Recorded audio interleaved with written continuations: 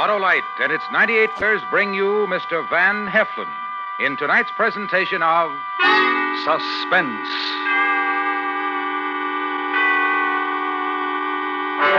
Tonight, Autolite tells of one of the great mysteries of the sea as we recreate the mystery of the Marie Celeste. Our star, Mr. Van Heflin.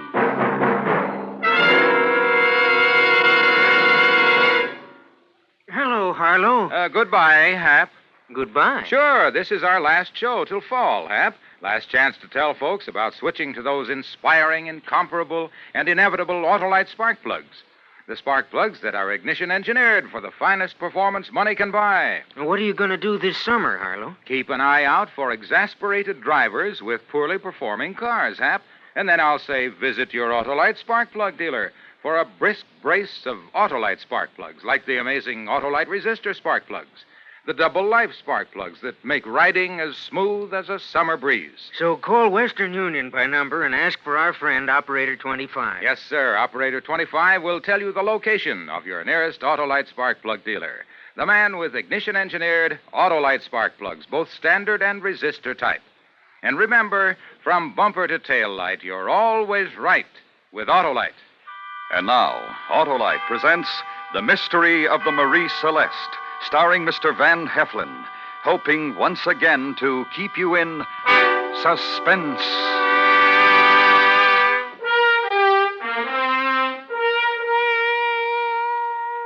On December 9th, 1872, the American brigantine Marie Celeste was discovered adrift and derelict close off the coast of North Africa. She had sustained some storm damage, but she was still an able ship. Her sails were set, her cargo was intact, conditions in her cabins and forecastle seemed normal. There was no evidence of violence. Yet, not a sign was found of the crew that had manned her. Officers, men, and the captain's wife had vanished, and no acceptable explanation of their disappearance has ever been advanced. Perhaps this is that story. It would start in New York City's Harbor District on the night of November 7th, 1872, the eve of the Marie Celeste's departure from that same harbor.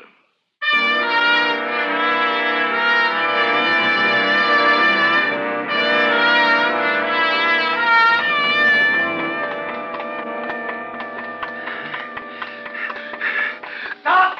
Stop or I'll shoot! Stop or I'll shoot!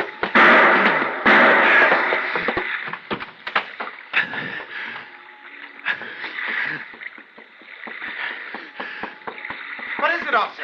What's the matter? Did you see a man running past this way? No, I didn't see anybody. I heard the shots. Who is it you're after? He just killed some people. No. Listen. Thought I heard something. But I don't now. Who did this man kill? A young girl. And the man she was with. And then he killed the girl's mother.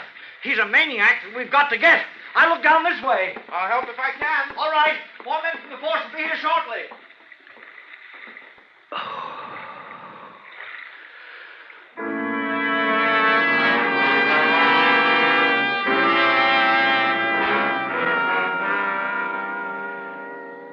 I didn't remember killing her mother. Grace I killed because I couldn't help it. The man because he came after me when Grace was down, but I never meant to kill her mother. When I heard that I had, I wondered if the officer was right and that I was insane.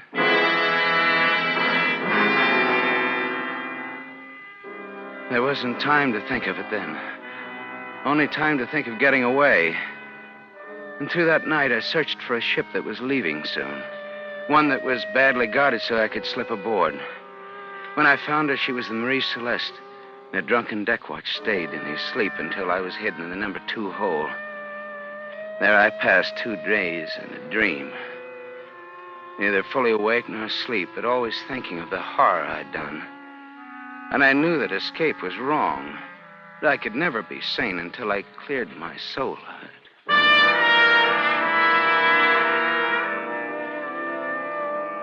On the 3rd morning, I proceed to make my presence aboard known. so that I can go to the captain and tell him of my crime and take the consequences I so richly deserve. I climb to the deck and am immediately seen by a crewman. Hey, Lindley, look! Who's that? You better find out. Who are you, mister, and what are you doing aboard? My name is Sam Newcomb, and I want to talk to your captain. You'll talk to him right enough, whether you want to or not. How'd you get aboard? You'll be lucky if you didn't stand the 12 to 4 watch here last night in port, because that's when it was. You're uppity for a stowaway, aren't you? You're no better than a thief. Well, I admit that. Look, I want no trouble with you. Please take me to your captain. I'll talk to him and no one else. You take him, Bull. I'd better stay forward. Come on, Newcomb. If you're going to make the rest of the trip with us, you better drop your airs or there'll be trouble. I don't have any airs. And I don't think you'll be trouble with my company. Oh? You mean you don't think you'll quarter with the crew? No. You expect to be with the officers, like an honored guest? No. Where then? Well, I don't know. Yeah, you act like you're daft. Don't say that. I'll... You'll what? Nothing. I'm sorry. I want to talk to your captain. You watch what you do and say, or you'll be over the side. Here. Yes, come. Watch your language. The skipper's wife is in the next cabin aft. His wife? Well, who's this? He just came out of number 2 hold, sir. His name is Sam Newcomb.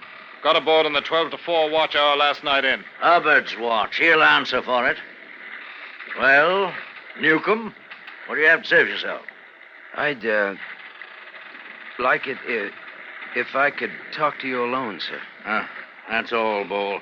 Tell Hubbard I'll want to see him as soon as he's off watch. Yes, sir.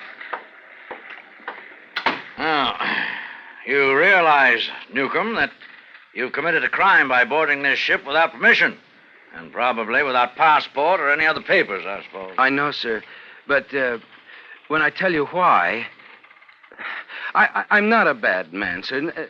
Nothing like this has ever happened before, but something drove me. I didn't know what I was doing. Another one who's always wanted to go to sea, I suppose. No, sir.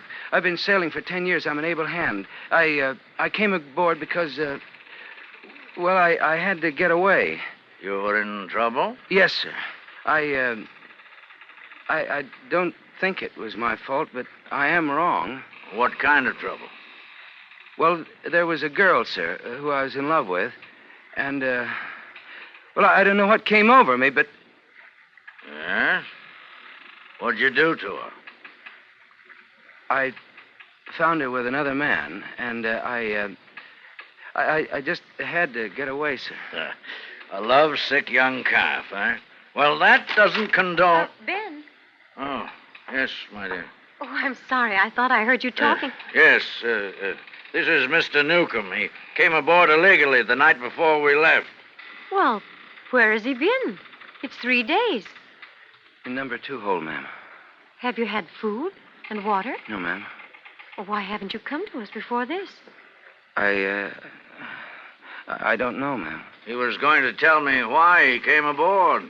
I don't suppose it's important to anyone but me, but I felt that I had to get away, and...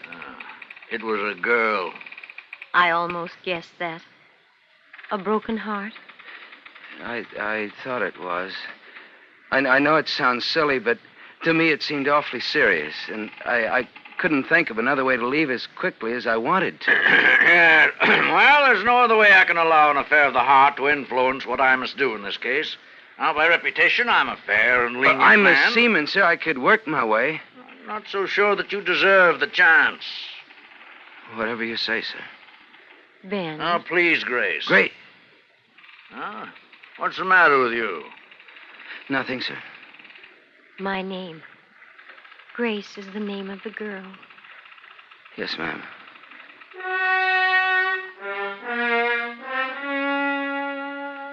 It was learning that the captain's wife was aboard that made me change my mind about telling him the truth.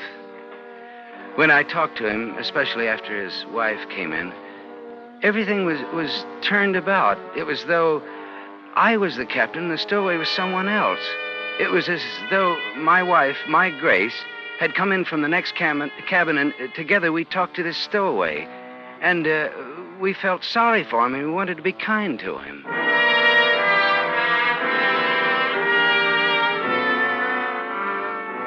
The wife can't be more than 3 or 4 years older than I. And I feel close to her right away. I think that even if she doesn't know what I've done, she understands me. It's a good feeling to have one friend on the ship.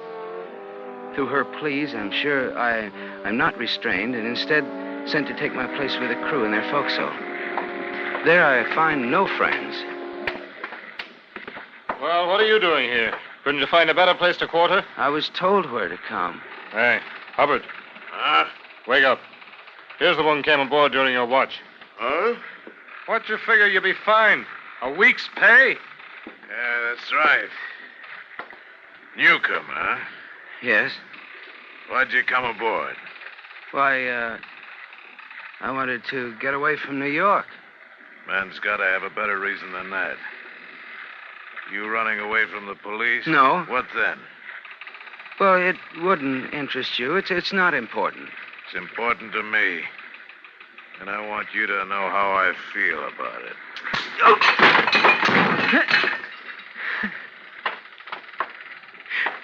Are you going to get up? No. I don't want any trouble with you. You don't want no trouble. You caused me trouble, haven't you? I'll be called up in front of the captain because of you. Well, that's done. There's no way I can change it. We got 3 weeks before we make Naples. You'll pay for it. I'll see to that.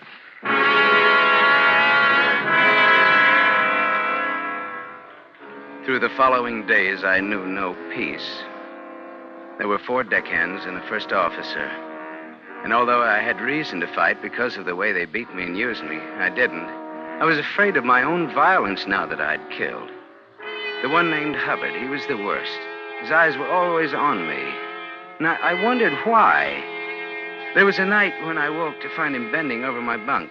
He was smiling. And from that moment on, even in sleep, I felt him watching me.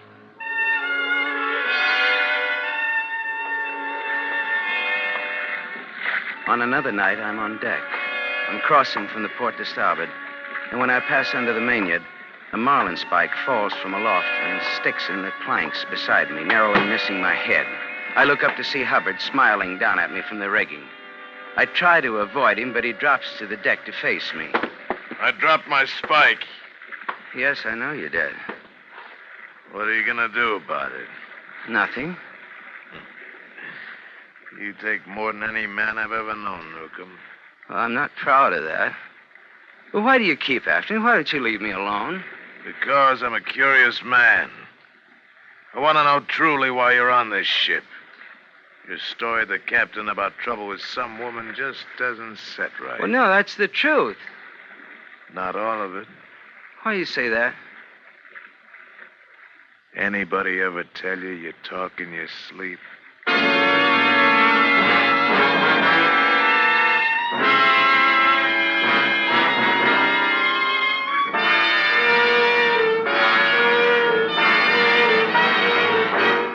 Autolite is bringing you Mr. Van Heflin in The Mystery of the Marie Celeste.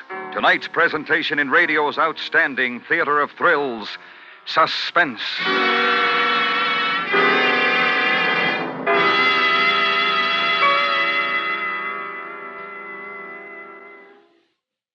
Well, Harlow, this is it. It sure is, Hap. The Autolite resistor spark plug.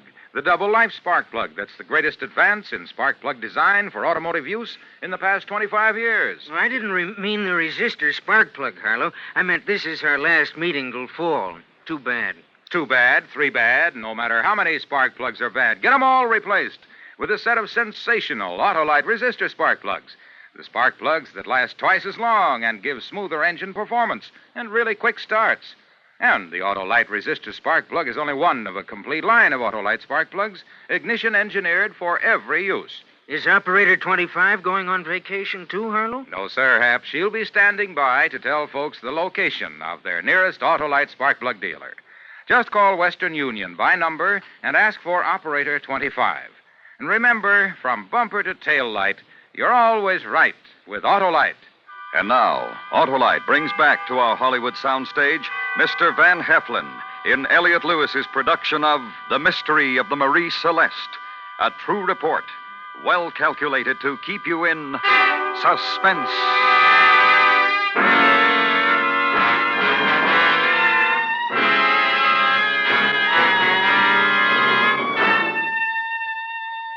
I'd never been told that I talked in my sleep until the one named Hubbard said I did. He may have been lying, but I couldn't chance that.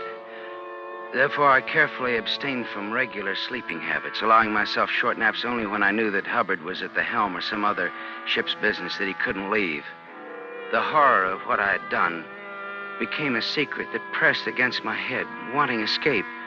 But I held it in, and I took the abuse of the men aboard.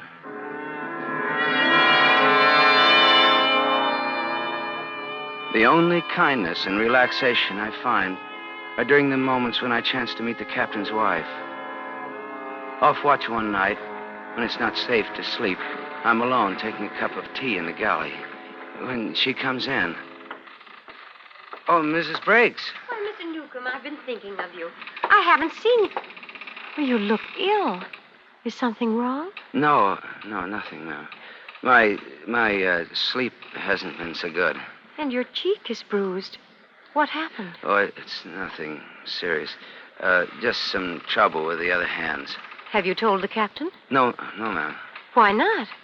I shall. No, please, please don't. I've caused enough trouble. I wouldn't want there to be any more.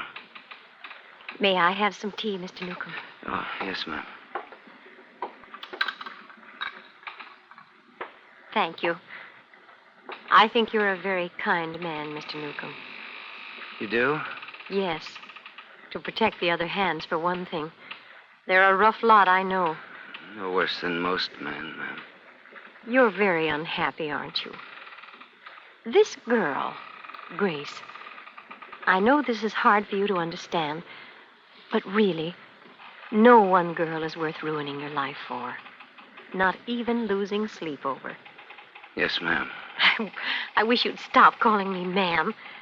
Perhaps if you did, you could talk to me about this girl. I think it'd do you good, don't you?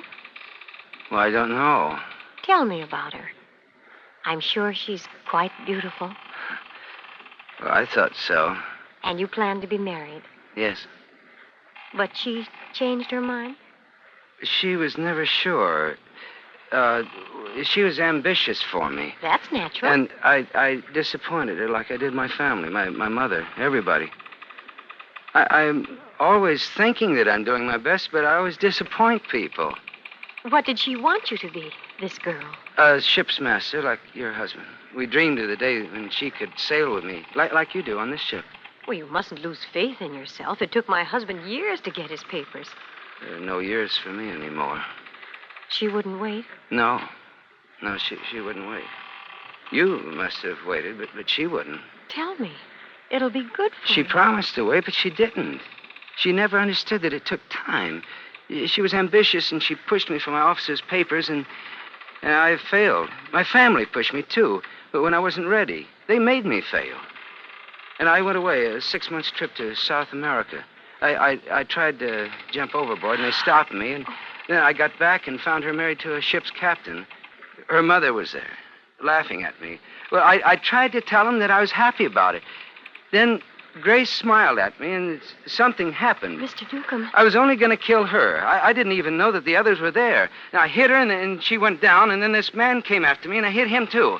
Well, when you get mixed up like that, you don't know what you're doing, and time means nothing, like everything else. Mr. Newcomb. Then her mother, well, now, I don't remember that. But she's dead, too, and they blame me. Maybe I did. Mrs. Briggs, where are you going? Stay away from me. No, you've been nice to me. Why did it have to be you that I told everything? Oh! No, I like you. Why did it have to be you? Oh, no! No, I don't want to kill you. I never wanted to kill anybody. Let me go! No, I won't hurt you. You've been nice to me. Stay away from me. No, I won't touch you. But you've got to promise that you won't tell. I don't know why I said those things. They're not true. See, I get mixed up. I dream things, and then they seem real after I wake up. That's why I'm such a liar. I always lie. There's nothing that I told you was the truth. Do you believe that? Yes. And you won't tell anybody what I said. I won't tell anyone. No, I'm glad. Now, come, Mrs. Briggs, and finish your tea. Come on, we'll talk about something else. No, I've got to go to my cabin. Mrs. Briggs, don't tell.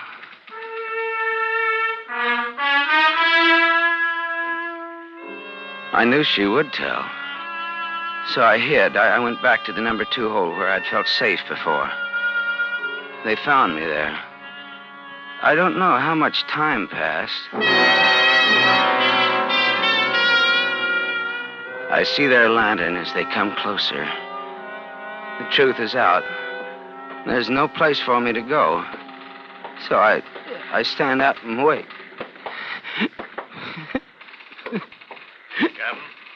Captain, I hear him, I think. Yes, Hubbard. Keep your pistol ready. You have to be careful. Yes, sir. There he is, sir. Come out of there, Newcomb. Keep your lantern down, Hubbard. Keep us out of the light. He's dangerous. No, I won't cause any trouble, sir. Get him out of there. I won't cause any trouble. It's all right, sir. He's down. Dirty little scum. Lock him up.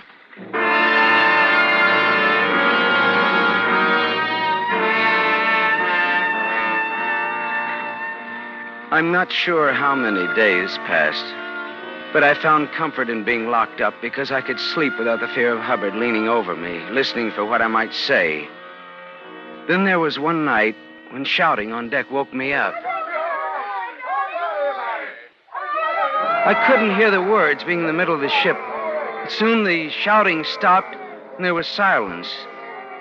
It was a new silence that I studied for a long time. I heard no footsteps on the deck. I heard no voices. I heard no creaking timbers. It was a dead ship. I wait for the one daily meal that they allow me, and no one comes. And then I shout, "Let me out! Let me out of here! Somebody come and let me out!" If one were insane, he'd surely break at a moment like that. I was locked up and alone on a ship that was held motionless as if gripped by some great hand. But I didn't break. I dismantled my bunk and from the wood fashioned a ram with which I attacked the door. The task of freeing myself consumed most of the day, and such was my concentration that I didn't realize the exact moment that the ship began moving, as if a great hand had released its grip and set her free. And I was free.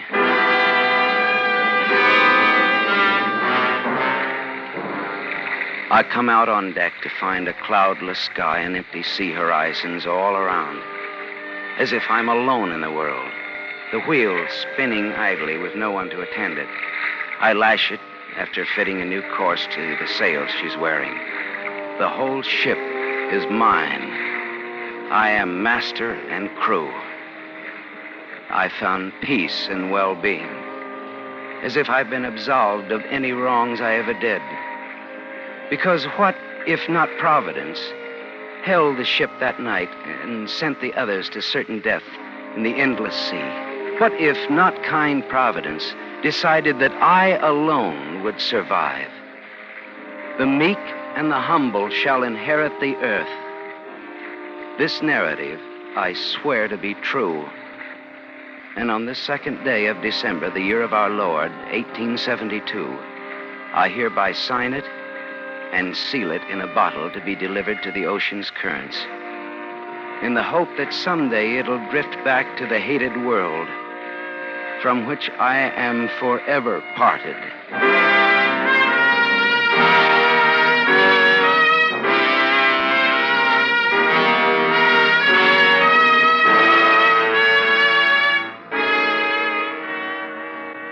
According to scientific theory, a strange phenomenon takes place now and again off the coast of Africa, near where the Marie Celeste was found.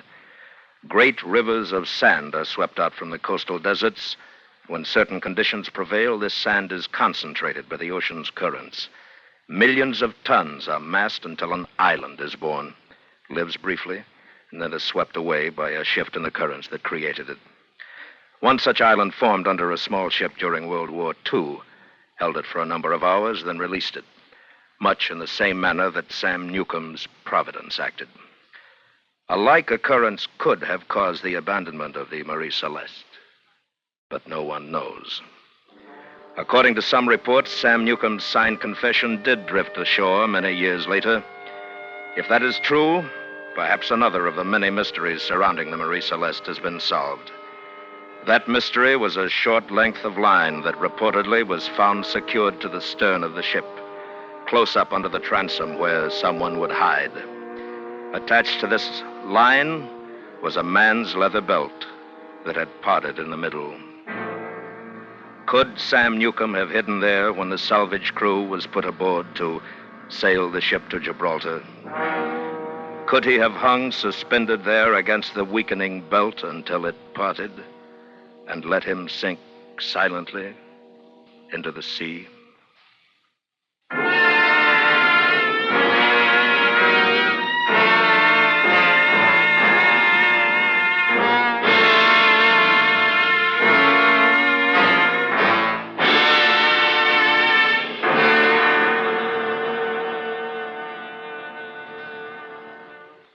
Suspense, presented by Autolite. Tonight's star, Mr. Van Heflin.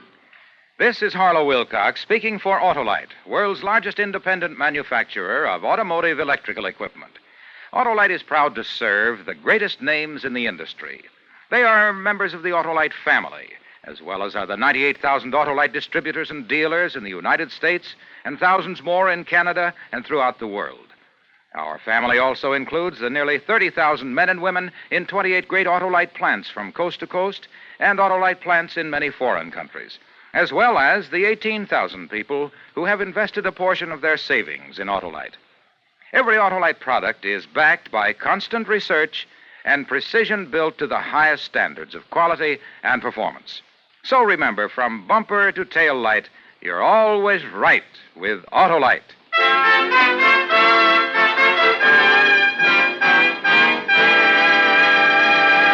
Now I'd like to bring to the microphone a member of the Autolite family, the producer-director of Suspense, Mr. Elliott Lewis. Tonight's Suspense program is the last for this season. Suspense on television will continue through the summer. Starting next week at this same time, CBS Radio will present a new series of true crime mysteries, crime classics by name, which I heartily recommend to be worth your listening until Suspense returns in September. And so until that time, all of us of the Autolite family thank you for your support and attention during this last season. We'll see you in September on Suspense. Suspense is produced and directed by Elliott Lewis, with music composed by Lucien Morawick and conducted by Lud Gluskin. The Mystery of the Marie Celeste was adapted for Suspense by Gil Dowd. Featured in the cast were Joseph Kearns, Jeanette Nolan, Paul Frees, Dan O'Hurley, Hal Gerard, and William Conrad. Van Heflin may currently be seen in Shane, a George Stevens production for Paramount. You can buy Autolite resistor or standard type spark plugs, Autolite electrical parts, and Autolite Stay Full batteries at your neighborhood Autolite dealers. Switch to Autolite. Have a good summer. And good night.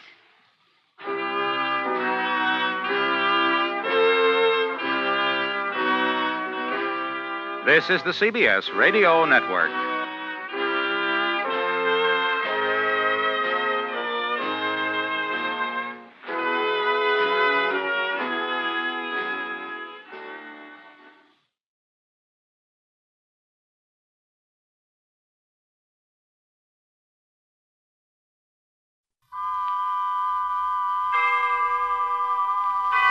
Autolite and its 98,000 dealers bring you Mr. William Holden in tonight's presentation of Suspense.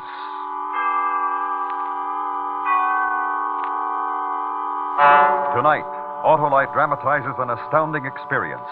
A man and a machine flung at a barrier of sound. It's called The Outer Limit. Our star, Mr. William Holden.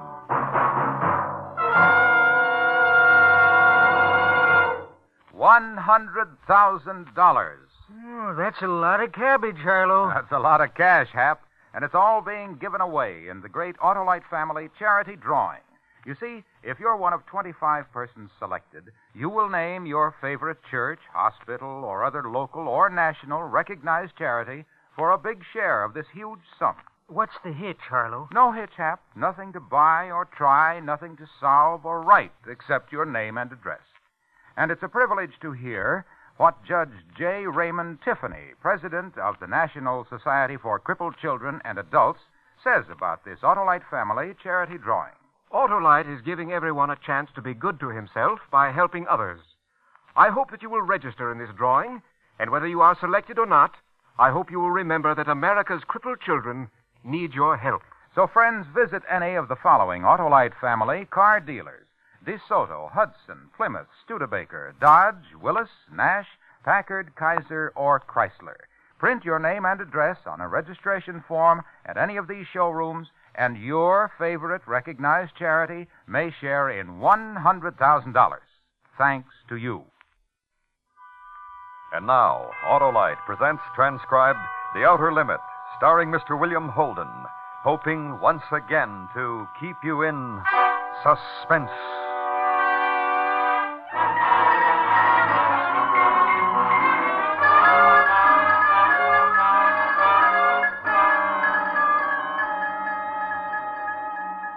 Minus 25.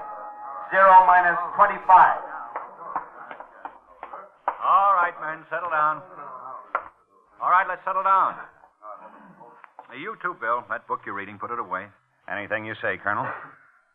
Well, all of you probably want to know why we took you out of whatever warm beds you were in. Well, we've got a reason. The RJX-1. Yep, that's right. The RJX-1. The top secret experimental rocket jet aircraft. Now, this morning, Bill is going to take her up and beat her to death. Now, I can't impress upon you men how extraordinary this flight is. An 8-rocket ship. That's what I said. 8 rockets. 8 rockets designed to take men into areas of space that have never been explored before, and at a rate of speed to which no pilot has as yet been subjected. Chuck Yeager has already flown twice the speed of sound. Today, we hope... Well, Joe? Yes, Colonel? You lead the F-86s. You and the other 3 jet boys will be Bill's chase planes. We want observation at 35,000 feet. Yes, sir. 0 hour is 0900. Joe, you and your jets will take off at 0 minus 15. Got that? Yes, sir. Your F-86s will make conventional climbs to 30,000 feet. Rendezvous and call in to me at control at 35,000 feet. Right, Joe? That cuts it, Colonel. Okay, you and your boys go unwrap your F-86s and have a nice time. Oh, Bill, stick around. I want to talk. How you feeling, Bill? Real good. How you feeling? What about Molly, the kids? You worried, Hank? Don't worry. Well, I just want to know. Just how are they, that's all. Well, an hour ago, Molly wiped her hands on her apron and kissed me, and the twins want to be firemen. 0 minus 20. 0 minus 20. What do you got to worry about? Okay. Hank, look, I've been flying for a long time. I know. But never for this speed. Never for this altitude. I've been eavesdropping, Bill. The engineers are whispering that you could break out of the stratosphere in this plane. Look, Hank, I've studied the engineering drawings. I know them like a prayer. My brain is crammed with detailed specifications and estimated performances, and I know all the safety devices to keep me alive. Now, you happy? Come on, let's go. Let's get out of here. Sure. 0 minus 17. Come on outside. 0 minus 17. Let's get to the hangar. Bill? Yeah. You've got 10 minutes of rocket fuel. Get rid of those jets before you fire the rockets. Fire only one rocket at a time. Hank, look. I'm going to fly that baby higher and faster than anybody ever did before, just like you said. I'm going to take it up and bring it back. Then you come home to dinner with me, huh? There she is, Bill. Pretty, huh? Real pretty. Look, kid. It's okay for dinner tonight. Great, Hank. I'll be listening in on the public address at control. I won't bother you until you're airborne. It'll be between you and the tower until then. 0 minus 15. 0 minus 15. Okay. It's you in the plane now. Tractor will take you both out to the runway.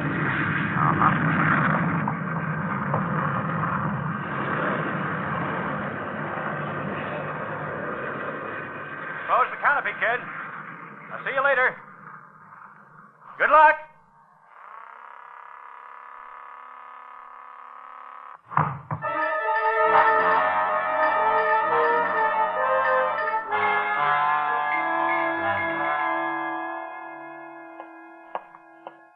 Minus 3. 0 minus 3. Morning, Colonel. Oh, Mr. Hargrove. You'll be here at control with me? Yes, sir. Major Westfall's been assigned a special radio channel frequency of 3970. Hargrove, I've got a thing on my mind. Huh? That boy in the plane you geniuses designed. He's my best boy. It's our best plane, Colonel. It better be. Now it's your turn.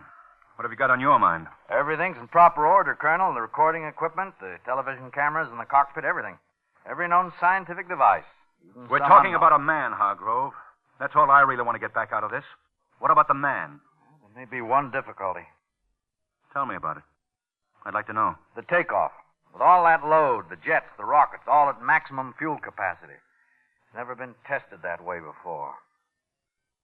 Go on, Mr. Hargrove. It's just that Major Westfall has only 6,000 feet to get his ship airborne.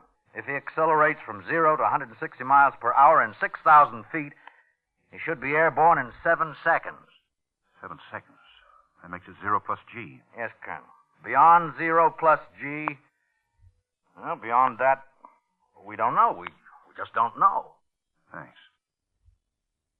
Thanks for everything, Mr. Hargrove.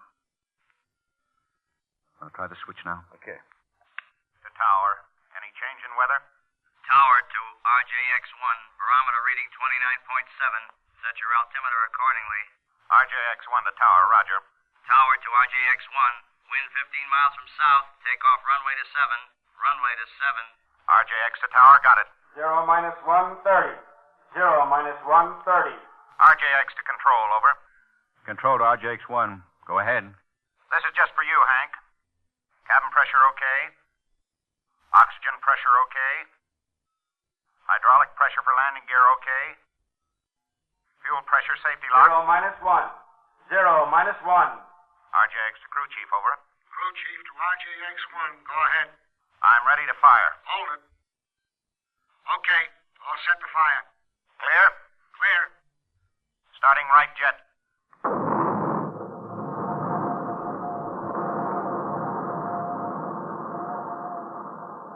Starting left jet.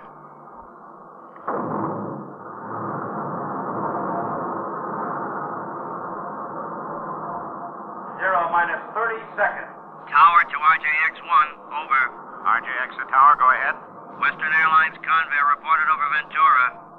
Got it. 0 minus 15. 14. 13. 12. 11. RJX to tower, ready for takeoff. 9. Tower to RJX1.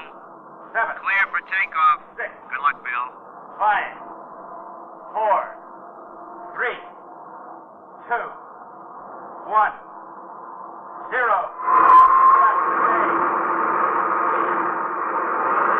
He's rolling.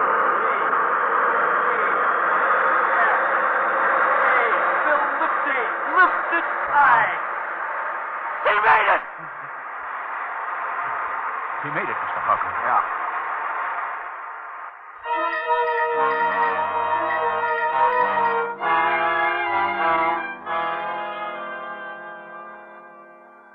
RJX to control, RJX to control. Come in.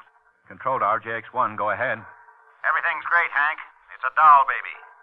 How fast are you climbing, kid? 1,700 a minute. Airspeed 550. Call me 20,000.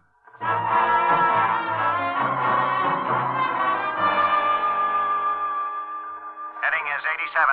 Everything real good. Come in, Hank. How do you feel? I like it here. Pressure okay?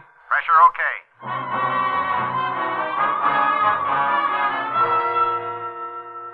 By the F-86 leader to control. F-86 to control. Come in.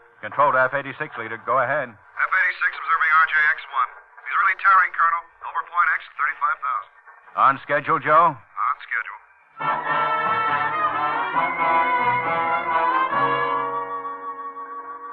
RJX to control. RJX to control. Come in. Control to RJX-1. Go ahead. 40,000 feet, Hank. Still a doll, baby? Still is. Ready to pressurize. Can you hear me okay? Coming in fine. Pressurized. Ready to prime rocket system in 5 seconds. Primed. Dropping right jet. Dropping left jet. All clear. Good luck, Bill. Firing number 1 rocket. Fired. Ow, my aching back. Firing number 2 rocket. Fired. Hey, Hank. Okay, what is it? Bill? Bill, are you receiving me? Control to RJX-1. Come in. Come in, RJX-1. Hello, Bill. Come in. Control to F-86 leader. Control to F-86 leader. Come in. F-86 leader to control. Go ahead. What about it, Joe? F-86 observing RJX-1. RJX-1 at approximately 60,000 feet. Maintaining a heading of north-northwest. Can barely make him, Colonel. Try calling. Okay. F-86 leader to RJX-1. Come in. Come in, RJX-1. Come in. F-86 to RJX-1. F-86 to RJX-1. Mr. Hargrove. Yes, Colonel. F-86 Share to it with me, RJX-1. Mr. Hargrove. Come in. Come in. Sit here and run your fingers through your hair and wait. And think about it. F-86 And to share it with me. RJX-1. Come in. F-86 to RJX-1. Come in, RJX-1. F-86 to RJX-1. F-86 leader to control. Come in. Go ahead, F-86 leader. We've lost him, Colonel. Stay up there, Joe, for as long as you can. What do we do now, Colonel? I just told you, Mr. Hargrove. We wait.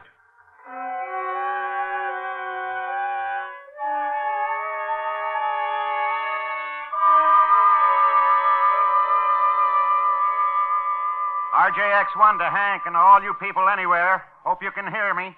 This is Bill Westfall approaching 210,000 feet. That's 40 miles straight up in the air. And that's where I am. You never saw anything like it. No clouds and a color no one's ever named before. Otherwise, nothing. Nothing except... No, nothing at all. Oh, wait a minute. Yeah, there is something all right at 2 o'clock high. Really something, brother. Maybe a flying disc. This one's huge. It's spinning around like a top, and it's coming toward me. Can you hear me? Can you hear me? Listen. Listen. Something just happened. Something, a missile or shot maybe, through the canopy. My pressure's going down. Something's happening to me. That disc thing, I'm being pulled toward it. I've lost control of my ship. I've got no control. Going through decompression. On the verge of unconsciousness. Blacking out. Black. Can you hear?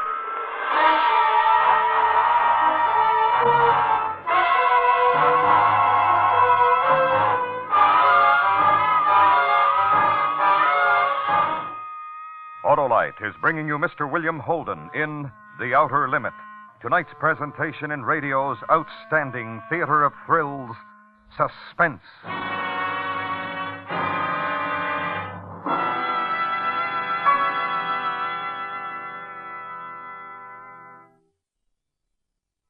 Excuse me, sir. Aren't you Harlow Wilcox? Yes, sir. And aren't you honoring Dodge on Suspense tonight? We sure are. We're privileged to salute Dodge as a distinguished member of the Autolite family. But who are you? Why, I'm your friendly Dodge dealer. Thought you might like to know more about the dependable Dodge for 54. Well, I sure would. Well, this latest Dodge is also the greatest Dodge. It's powered by the famous Red Ram V8 engine. And it has established no less than 196 official 3A records. More records than any other car has ever held. In the latest mobile game, Dodge topped all other 8s entered. And now the dependable Dodge has been selected as official pace car for the famed Indianapolis race. And that, Mr. Wilcox, is the Autolite-equipped Dodge for 54. Well, thanks, Mr. Dealer. Autolite is proud of its long association with Dodge and Dodge dealers everywhere. And now, Autolite brings back to our Hollywood soundstage Mr. William Holden in Elliot Lewis's production of The Outer Limit, a tale well calculated to keep you in suspense.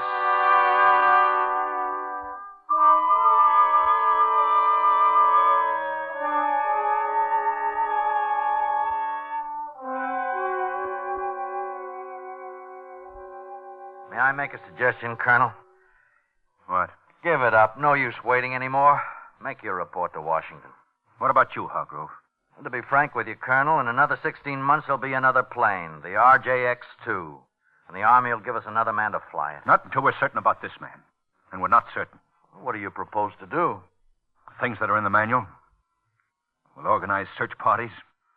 Put spotter planes up in the air. Maybe Bill came down on the ocean. We'll call in the Navy. Colonel, if the RJX-1 came down in the ocean, it'd sink in 5 seconds. It had no life preserver equipment on it. The added We'll weight... call in the Navy, Mr. Hargrove. All right, whatever you say, Colonel, but my guess... What's your guess, Mr. Hargrove? My guess is that sometime, somewhere on some beach or in some field, someone will pick up a piece of torn metal. And that someone will be holding what's left of the RJX-1.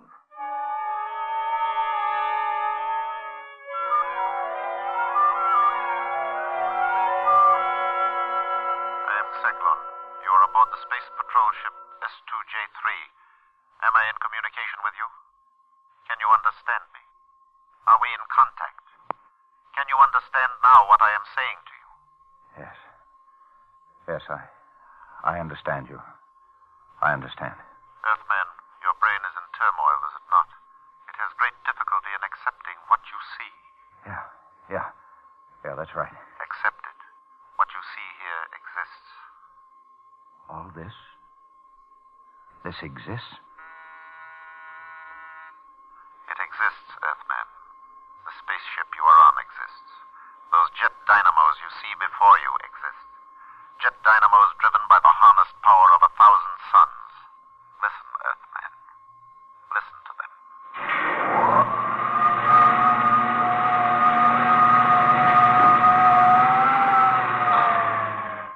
Do you know what happened as you listened, Earthman? We have flung ourselves 10,000 miles into space. What do you say to that, Earthman?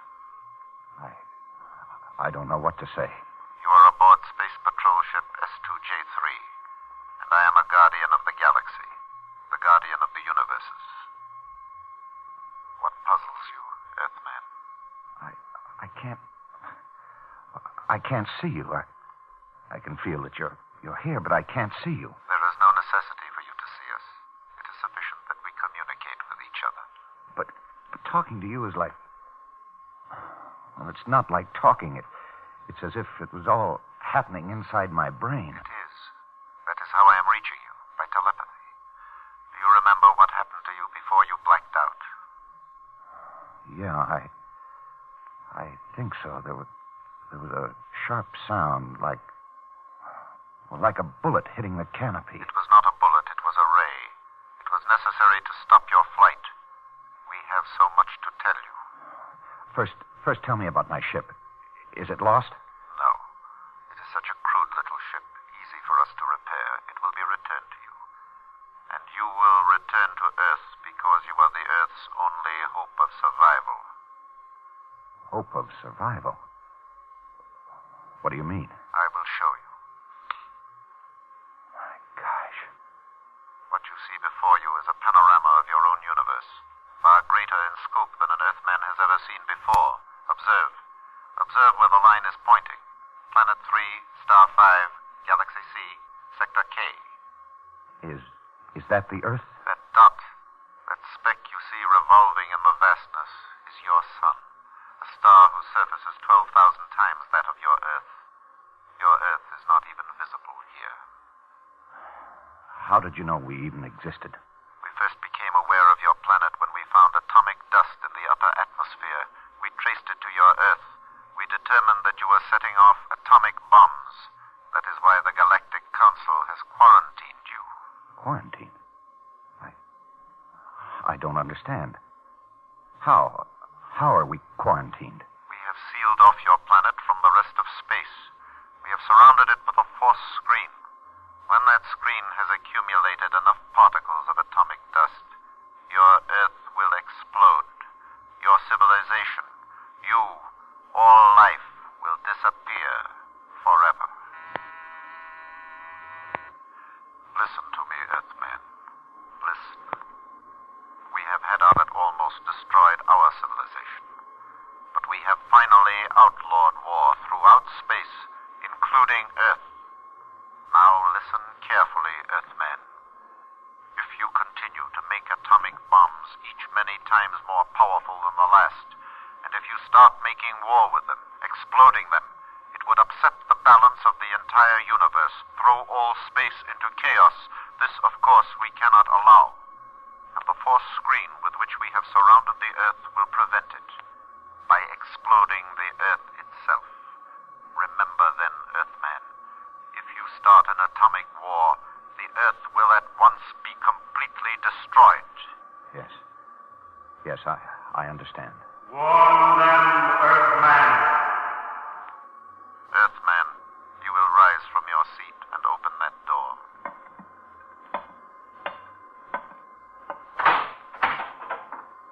Descend those stairs, Earthman. You will now enter the chamber to your left. There is your ship. Get into it, Earthman. Are you ready, Earthman? Yes, I'm ready. While we were communicating, the patrol ship has returned to where we picked you up, and now you will be propelled toward Earth. Close your canopy.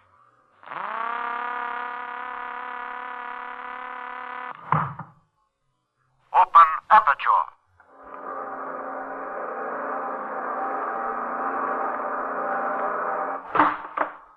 Warn them, Earthman. Warn them. Fire!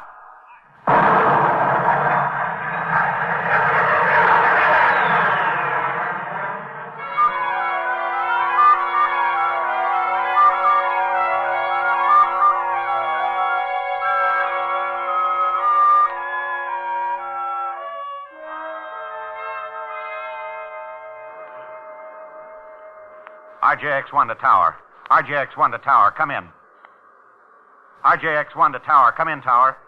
Tower to Funny Man. Are you loaded, kid? How did you get in on this frequency? Listen, this is RJX-1. RJX-1 coming in for landing. Give me landing instructions, over. Tower to Funny Man. Impossible that you're RJX-1. Get away from the area. Area cleared for Air Force practice approaches. Bill Westfall and RJX-1. Come on, kid. Give me landing instructions. I have no fuel. I'm gliding. Hey. Yeah, I see you. Wait a minute. I'll restrict the area. Okay, Bill. Go ahead. RJX-1, approximate 6 miles north of field. Clear area for 10 miles. Being cleared. Roger. Coming down.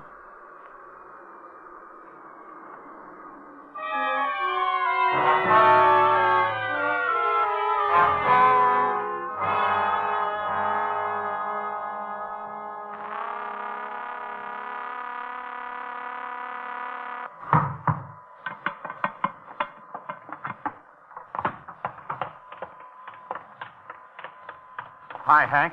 Bill. Now, Bill, listen. what? Joe. Yeah. Have this ship checked thoroughly with a Geiger counter for radioactivity. Then seal it and mount a 24-hour guard over it, and then report to me. You sure? All right, Bill. What happened? Hank. Now, listen, you won't believe it. You've got to. I know you won't believe it, and it's going to knock you over. Well, now, just take it easy, Bill. We better have Major Donaldson look you over. No. Now, listen, I'm all right. Listen to me, Hank. Hank, they said the Earth would explode. They said it was the end for us. They said... Bill, come on. Let's get over to Major Donaldson's. You don't believe it, do you? Read it like an order, Bill. Major Donaldson's.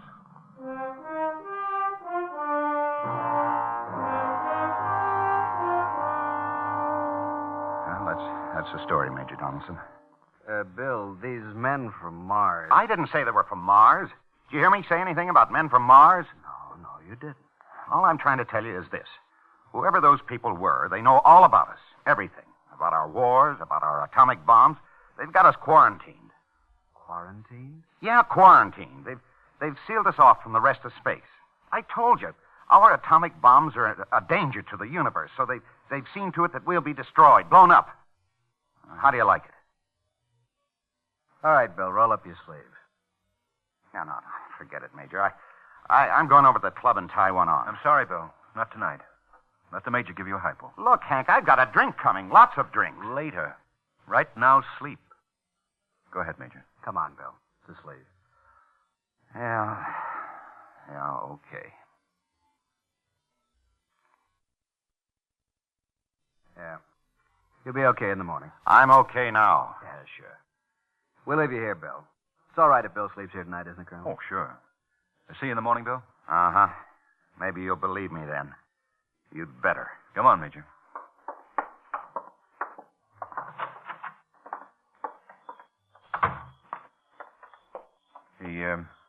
He be okay by himself, Major? Well, he's been under a strain, but he'll sleep. I'll talk to him tomorrow. Tough. But don't worry, Colonel. He's a strong boy. Best nerves I've seen. I'd say things will be all right. Delusions like Bill's latched on to... Delusions? Well, certainly.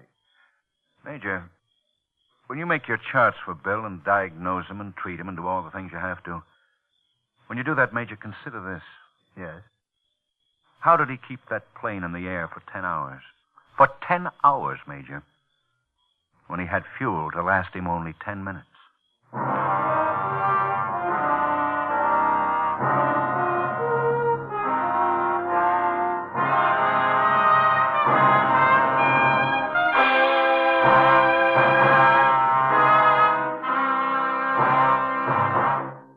Suspense. Presented by Autolite. Tonight's star, Mr. William Holden. Friends, this is Harlow Wilcox again to remind you of the $100,000 Autolite Family Charity Drawing. If you're one of 25 persons selected, you will name any charity you wish for a big share of $100,000. So if you'd like to help your church, school, or other recognized charity, such as the National Society for Crippled Children, sign up tomorrow at any of the Autolite Family car dealers. There's no obligation. If you're 18 years or over, fill out a registration form and have the dealer sign it. You may help the recognized charity of your choice to share in the $100,000 total. You can enter the Autolite Family Charity Drawing at any of these car dealers: DeSoto, Hudson, Plymouth, Studebaker, Dodge, Willis, Nash, Packard, Kaiser, or Chrysler.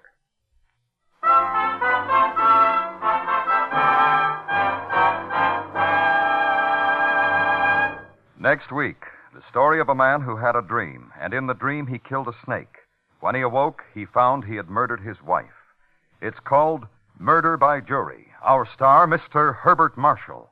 That's next week on Suspense.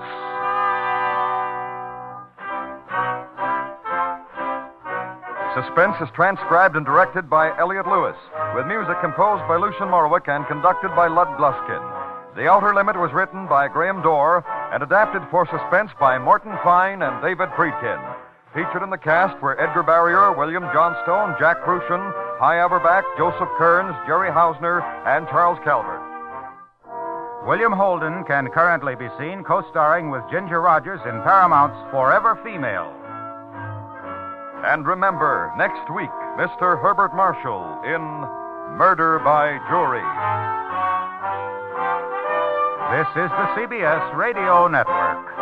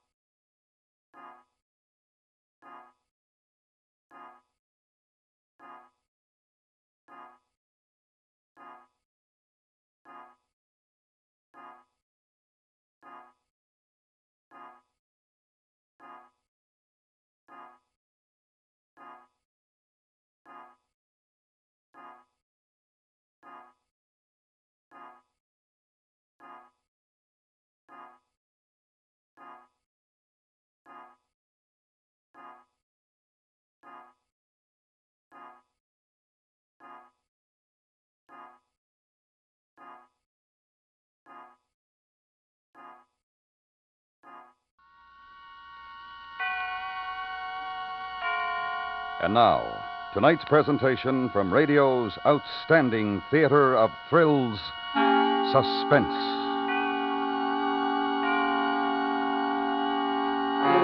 Tonight, the story of a man with no imagination who found it necessary to cause the violent end of a life.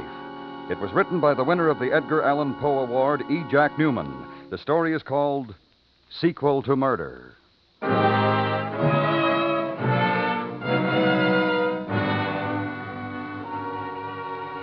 I read. I don't write. I don't have the imagination, they tell me. They've told me. But I'm writing this down, and it doesn't take much imagination, so I guess I might do a fair job at that. Take a day in my office for a starter. Oh, hi, Frank. Up to your neck? No, Mr. Walsh. Oh, good. Here. New writer. Interesting title. Death on My Hands by Blaine Kittredge. Good title. New boy. Like to have you read it and see what you think for our Red Barrier series. Okay, I'll get at it as soon as I can, Mr. Walsh. What did you think? Well, I only read the first 10 pages, Frank. Look fine. But I'm going to leave the decision up to you. If you think this Kittredge has got anything, we'll put him in this month's listings. Oh, it's 11:35. Lunch? I'd better not, Mr. Walsh. Well, okay, Frank. I don't want to interfere with any business you've got to take care of. Sorry, Mr. Walsh. It's okay, Frank. I won't press you. Maybe tomorrow, huh? Yeah, fine, sir. It's just that I have so much work here.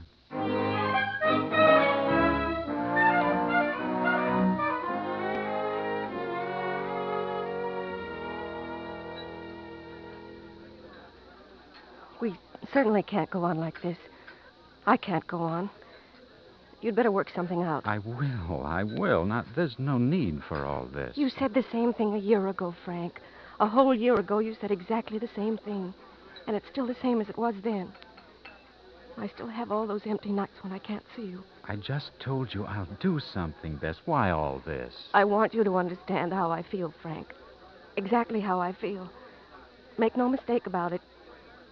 Either you do something now, today when you see her, something definite, or that's the end.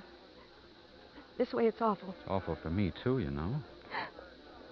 How do people get into things like this? Now, Bess. I didn't want to love you. I knew you were married. I'm such a fool. Bess, please. Don't worry. Don't worry, Mr. Galt. I won't sit here and cry. I wouldn't think of upsetting Mr. Galt while he ate his lunch. Oh. Don't you worry a bit, Mr. Galt. I'm going to work it out. Bess, do you hear me? Yes. But you're thinking of some other things, too. Oh, I know what you're thinking of. How it'll hit you in the pocketbook. Things like this cost a lot of money, and you hate the thought of that. Well, if you want me, and you say you do, you'll have to make some sacrifices. You know that as well as I do. Oh, sure, look away from me. Look at the way to look anywhere. Well, I've made sacrifices already. I can't see my mother on weekends and tell her who I'm seeing. She always wants to know. I can't take her to meet my friends. I have to be satisfied with this. This meeting you at your restaurant and seeing you at your office. I don't have a life this way, Frank. You don't even have the imagination enough to arrange a romantic setting. Stop it, Bess. Get your book out of your purse, Bess. What? Lillian just walked in. Oh. And if these terms are satisfactory, please advise by wire or cable. Yours truly, Frank Galt. Frank. Oh, Lillian. Well, I took a chance you'd be here. I thought maybe you'd buy me lunch. Sure, dear, sure. I didn't know you were coming in this early. Oh, you remember Miss Lucas from our editorial department? Yes. How are you, Miss Lucas? Fine, Mrs. Galt. Nice to see you again. I'd better get this off in the mail right away, Mr. Galt. All right, Bessie. Fine. Better do that. Well, don't let me rush you off, Miss Lucas. Oh, we're finished, Mrs. Galt. Sometimes lunch is the only place I can pin him down. Really? Are you that busy, dear? Seem to be. Sit down, Lillian. Oh, thanks. Oh, don't forget your notebook, Miss Lucas. Oh, yes, of course. Mr. Galt. I hope you won't let that other matter slip your mind. It's imperative that you do something about it immediately, this afternoon. Oh, yes, of course, Miss Lucas. Fine. Excuse me, Mrs. Galt. Yes. See you in the office. Yes. Goodbye for now. Would you like a drink, Lillian? She's an interesting girl, Frank. Bess? Oh, sure, yes. Very bright. Going to be one of our best editors someday. She looks like she'll go far. But I certainly don't like the way she wears her hair. I'll take the drink. Philippe? On the phone, you said it was something important. Yes. Are you going to tell me? Yes, Lillian. I tell you what I'll do, Frank. I'll make it easier for you. You're always very bad at this sort of thing, and I'm always very good at it. At what sort of thing? You don't even know what I wanted to talk to you about. I can guess what you want to talk to me about. And you can stop me if I'm wrong. I know all the symptoms, especially on you. I know you like a book. You hate to get down to cases. In your office, you're a real demon. Doesn't take any imagination to read what other people have thought out. But this is hard for you, isn't it? I'll say it right out, Lillian. I want a divorce. Well, you did get it out, didn't you? I want a divorce because we don't get along. We haven't gotten along for 5 years. I want a divorce because I think we've tried about everything to make it work, and it won't. Lillian, what do you think? What do you honestly think? Well, I think a divorce is a swell idea, Frank. Let's get one. Huh? Well, everything you've said is true. We're Castinko. There's no denying it. We can't live together, can we? No, we can't. You surprise me. Do I? How? Well, this isn't exactly the most pleasant thing for two people to discuss or start to plan for. Matter of fact, it's a tragedy and a sin. Both of us had such high hopes when we started out. I think we both honestly tried to do everything we can to make it work. Now, coming to this, we're admitting we failed. Well, that's one way to look at it, Frank. Very, very humane. But we're only human beings, aren't we? And we're two very nice people, aren't we? And it's too bad, but these things happen in life, don't they? Yes, they do. I'm sorry. You wanted to say something like that to me, didn't you? Yes? Good boy, Frank. So, what do we do first? Well, I suppose we get in touch with Dutch and have him advise us on the legal procedures. No, I suppose we do. Way easier than you thought it would be, isn't it? I think you're being very understanding about the whole thing, Lillian. But then there's really no need for bitterness, is there? I'm glad you feel that way, Frank. Here. What's this? A few notes I made on how it'll be done. I've been thinking about it, too. I hope you won't find the financial strain too great. Lillian, this is absurd. $2,500 a month, the house, both cars, and 30% of the stocks they issue you annually. I think it's wonderful. That's why I agree with you about the divorce. This will make it easier for me to admit my defeat.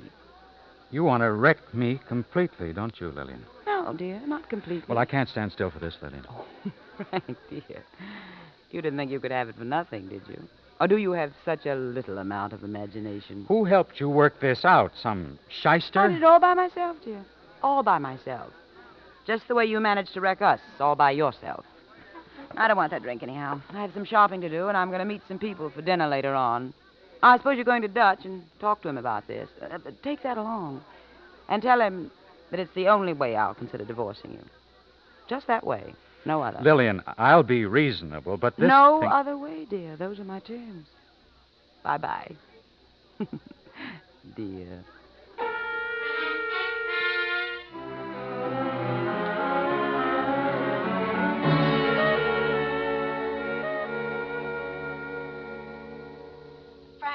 Talk to her, did you?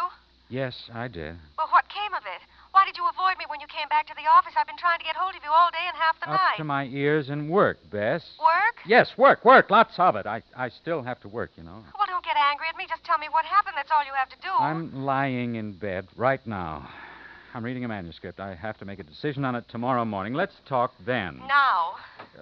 Bess, I can't talk now. Lillian just walked in the next room. Yes or no, Frank? Yes or no? Say it. Say it now. Yes, we're going to be together. No, we aren't going to be together. Yes. She'll give you the divorce? Yes. Goodbye. Well? Hi. All tucked in, huh? Are you a little tight, dear? I'm a little tight. Yes, why?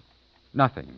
It's just that I have to read this manuscript tonight. I'd rather not discuss anything about anything right now. Oh, I see. Death on My Hands by Blaine Kittredge. It's an interesting title, dear. Yes. Who's Blaine Kittredge? I don't know. Some new writer. We've never published anything of his before. Are you going to publish this? I don't know. I haven't read it yet, Lillian. Oh, well, don't let me stop you. Good night, dear. Good night. Frank. Yes. I hate to disturb you, but did you talk to Dutch? No. Are you going to? No. Then you don't want a divorce? What do you want, Frank? I want you to leave me alone right now. Okay. It's Bessie Lucas, isn't it? What? Oh, you're so bad, Frank. So bad an actor, and so is she. So little imagination. I could tell her today when I walked in on your little lunch. Nothing to say? No denials, no confirmation? Frank, you haven't made a decision yet. I have. What's that, Lillian? I'm going to divorce you. I'm going to get everything I told you about in the way of terms, and on top of it, I'm going to name her. No, please. It'll look pretty tawdry, dear. But you're a pretty tawdry person anyway, aren't you, Frank? A real company man who has to do his little job regardless of what night.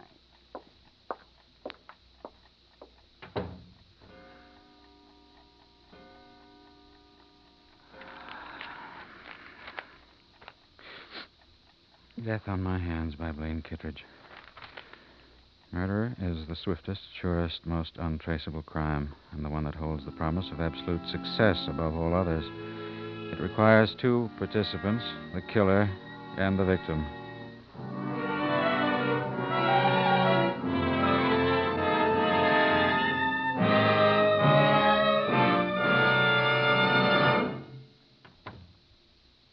Frank? Yeah. What's the matter? What are you doing in my room? Thinking. At 4 a.m? About what? The story I just read, it's about a man who gets away with murder, Lillian. There's no way for him to be caught, no way at all, Lillian. Will you publish it, dear? Then I'll read it. The trick is he never planned to murder at all. He killed his wife, and he got away with it. He half smothered her with a pillow, set the room on fire, and she suffocated from the smoke. Is there a cigarette over there? You want a cigarette? Well, might as well, if you're going to keep this up. Here. Thanks. Now, where are we? On the story, Lillian. I tell you what you do, Frank. You publish it, and I'll read it, and I won't have to listen to it, huh? I'm going to turn it down. Fine, you turn it down. But I'm going to use it, in a way, on you, Lillian. What are you talking about? I can't let you wreck me, Lillian. Oh, Frank, go on back to bed and stop being dramatic. I have enough imagination to know what that would be like. It'd cost me everything I ever worked for. For heaven's sakes, what are you doing? Put that match out. You're going to set this house on fire. Just the bed, Lillian. Frank, go get some water. The whole house will catch fire if you don't. No, not the house. Just this room. Your bed. But they'll be able to save the rest of the house, and I don't mind building this room over. You're utterly mad, Frank. Utterly mad. Just hold the pillow over your nose and mouth just long enough to make you unconscious. No marks, Lillian. No fuss. Just like the story. Smoke's really going to kill you, not me. It'll be the first thing you breathe. Breathe in when I take the pillow away. It'll be in your lungs, Lillian, for the coroner. You went to sleep with a cigarette in your hand, and you started the bed on fire, and you suffocated before I could help you. Right in front of my eyes.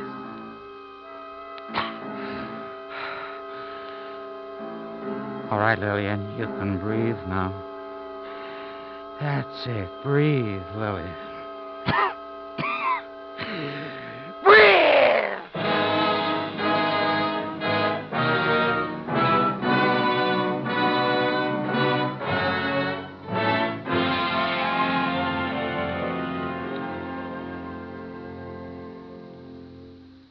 Glad to see you back on the job, Frank. Thank you, Mr. Walsh. Did you get any rest? Well, I guess you didn't after all that happened. We all feel pretty badly about Mrs. Galt's death. Yes, I know. Tragic thing. Those accidents just happen, and there's nothing to be done about them. Well, I won't take up any more of your time saying awkward things, Frank. I know what you've been through. All of us do. But I have a suggestion. Yes? Pile in and work. Work will help a lot, Frank. I intended to, Mr. Walsh. Good boy. Lunch? Fine. I'll see you about 2, huh? Right. Excuse me, Mr. Walsh. Oh, hello, Miss Lucas. Did I interrupt anything? No, just leave it. Oh.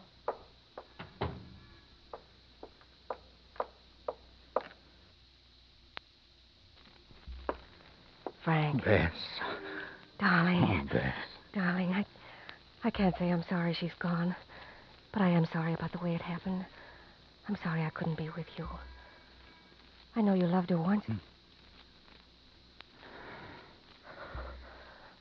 All over now, Bess. Oh, Frank. It was awful for you, wasn't it? Awful. But just as Mr. Walsh said, those things happen. Yes. Well, you want to talk about it, I Guess we can do it another time. Yes, Anytime. that's right. Any time. Do I sound cruel or thoughtless? Oh. If I do, I'm sorry. I just know that I've wanted you for so long. Now I can have you, Frank. Better get back to my desk. Yeah.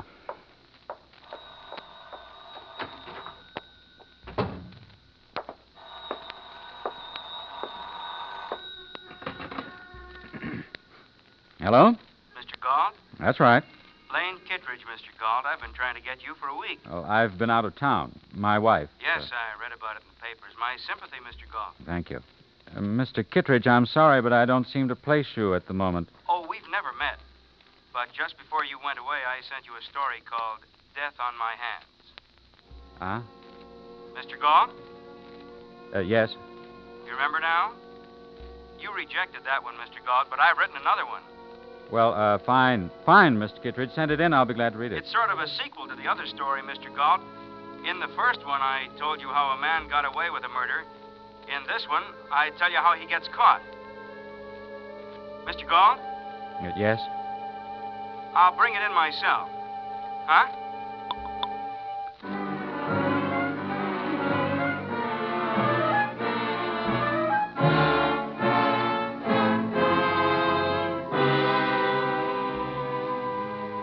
You are listening to Mr. Whitfield Connor in E. Jack Newman's story, Sequel to Murder. Tonight's presentation in radio's outstanding theater of thrills, Suspense.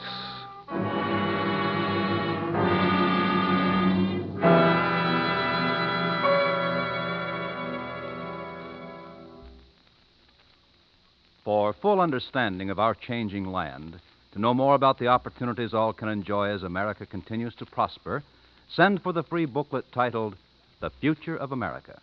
Write to Box 1776, Grand Central Station, New York 17, and your copy will be sent to you by early return mail. The address again is Box 1776, Grand Central Station, New York City 17. For confidence, for security in your great future, send for this booklet today. And now we bring back to our Hollywood soundstage Mr. Whitfield Connor in Elliot Lewis's production of Sequel to Murder, a tale well calculated to keep you in suspense.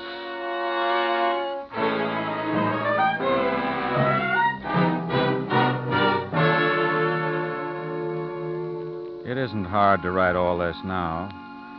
First, because the details were all there, and next, because someone else really did all the writing. I did the reading. But the reader and the writer had to meet. I'm Blaine Kittredge. Oh? I got here right after I phoned you, Mr. Galt, but they said you were out to lunch. I've been waiting ever since. Sorry, Mr. Kittredge. I suppose you needed that long lunch hour. Hmm? It fits in, Mr. Galt. You had to think of something to say to me, didn't you? I don't know why particularly. Because I have a story for you. The sequel to my first story. Oh, well, where is it? I have it here, in my head. All I have to do is put it down on paper, as the saying goes. Well, I'm afraid I can't read your mind. I'll help you. First, I suppose I should tell you I usually write my stories based on fact, more or less. I take all 7 newspapers here every day, for instance. Read them from top to bottom. There are a great many things in newspapers that make valuable material for a writer, Mr. Galt. Yes? That's what I do most of the time, Mr. Galt. But when I wrote that story about the man who half smothered his wife to death with a pillow and then set the room on fire so she'd suffocate, You do remember the story, don't you? I don't know. Called Death on My Hands. You rejected it, Mr. Galt. You personally rejected it. Oh. Yes, well, go on. Well, that story was a little different, Mr. Galt. You might say I gave it a little more work than the others. You see, I didn't base that story on anything I'd read in the newspapers. You said you had a I new made story. that one up. I worked it out pretty well, didn't I? I suppose you did. Imagine how surprised I was after I'd written the story to read in the papers about your wife, Mr. Galt, dying of suffocation. Let's not dwell on that, please. Oh, I don't want to make it painful at all, Mr. Galt. I'd just like to make sure you buy my new story. What do you have in mind? a talk with the coroner's office, Mr. Galt. I'm sure that if I explained to them the details of my story and how you had the story, and of course they know the details of Mrs. Galt's death, they'd reverse their decision. We both know they'd reverse their decision about how she died. And they'd look into your life pretty well. They'd probably find a good reason for you wanting to get rid of her. Absurd story like that, they wouldn't listen to you. They'd listen to me, Mr. Galt, because I'm a pretty good talker. In fact, I talk a lot better than I write, really. Look, you're listening to me. Everyone listens to me when I talk. See? Now, it really comes down to what do you want out of life. Now, I don't care about your personal troubles or how you solve them, but I do care about mine, Mr. Galt. I need $100,000 to make life interesting for me again. You have to get me $100,000 if you want to live. I haven't got that kind of money. No one has these days. I've seen your house and your cars, and I have some idea of the salary you make here and the dividends you get on stock. And that's how I arrived at my figure. You might have to liquidate a few things, but then you'll be alive. And after all, you'll be better off than Mrs. Galt. She's not alive because you killed her. You'll have to go to somebody with your story, Kittredge. I can't pay you that kind of money. Okay. I'll turn you in. Wait. I'll see what I can do. It takes time to raise that kind of money. A little down payment will do, say $10,000. And how about midnight at the 45th Street station? All right.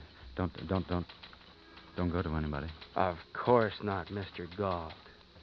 Not until I've given you a chance.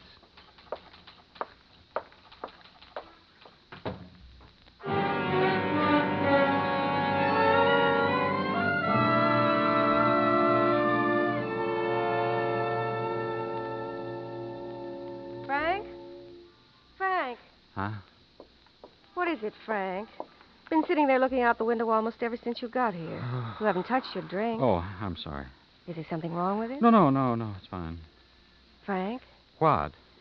For heaven's sake, Frank, this is supposed to be some sort of happy occasion. Are you tired or sick or something? What is it? Bess, I guess I'm just tired. Frank, who's Blaine Kittredge? Blaine Kittredge? Yes. A writer. Why? Well, he came into the editorial department today, just meeting some of the editors. I noticed he met you, too. He went to your office, didn't he? Yeah. I didn't like him, Frank. Is he a friend of yours? No, just someone I know.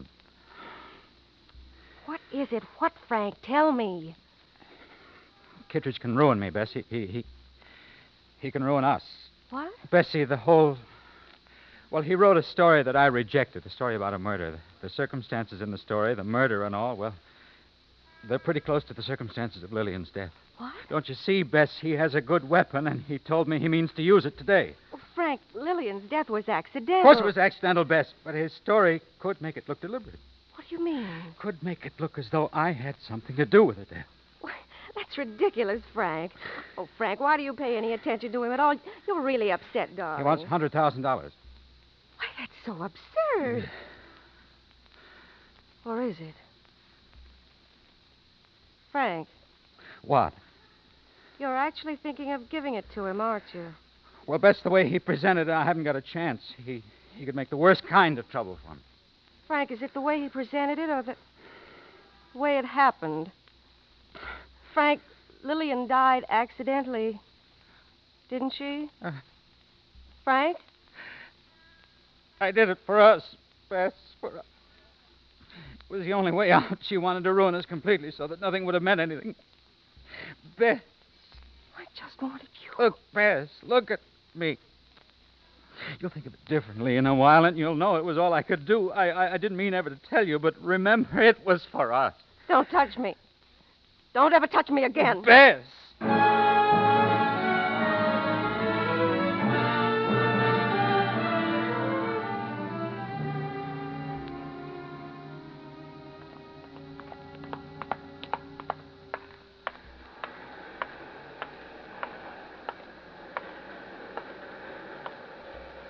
Hi. Hello. Right on time, Mr. Galt. Yeah? Good time of the day to meet for this kind of thing. Nobody around. Yeah. Well? I didn't bring you the money, Kittredge. I'm not going to give you any money. What is this? I don't need a book to tell me how to handle this. You're crazy if you try to use that thing here. You wouldn't get 10 feet without running into a policeman. Let's go over there. I haven't got much more to lose, Kittredge. All right. I learned a lot about homicide from you. But you can never really get away with it, Kittredge. Somewhere along the line you get caught, not by policemen, by yourself. Someone else made me realize that. But a man has to go on living. Look, Mr. Gauld, you aren't going to solve anything here. I'll kill you. I know how to do it because it has to be done. You will fall in front of the subway, Kittredge. Oh. These men coming, don't move or try to shout at them. Just let them walk past. I mean that.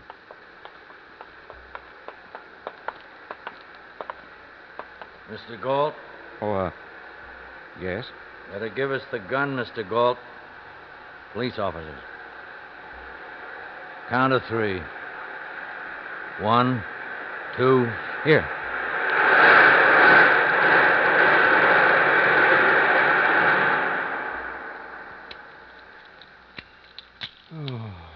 Boy, am I glad you two showed up. He was just telling me how he was going to kill me.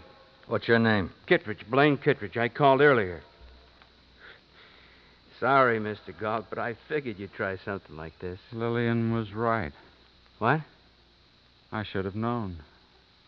I don't have much imagination. All right. Let's go.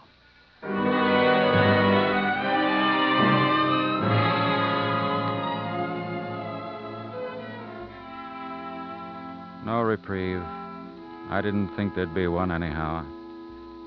Don't care about that part of it. I do care that Bess never came to the trial. But I would have seen that. I would have known she'd take it that way if I'd had any imagination.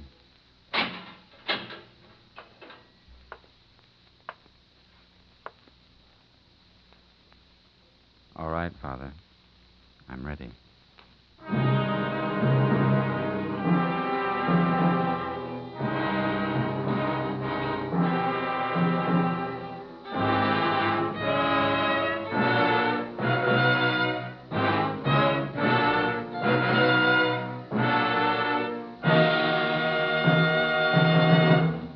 Suspense, in which Whitfield Connor was starred in Sequel to Murder. Next week, the story of a man who lost his shoes. And when you're suspected of murder and you've got to run for your life and the temperature is in the 90s, why, then you're correct in saying it's too hot to live. That's next week on Suspense.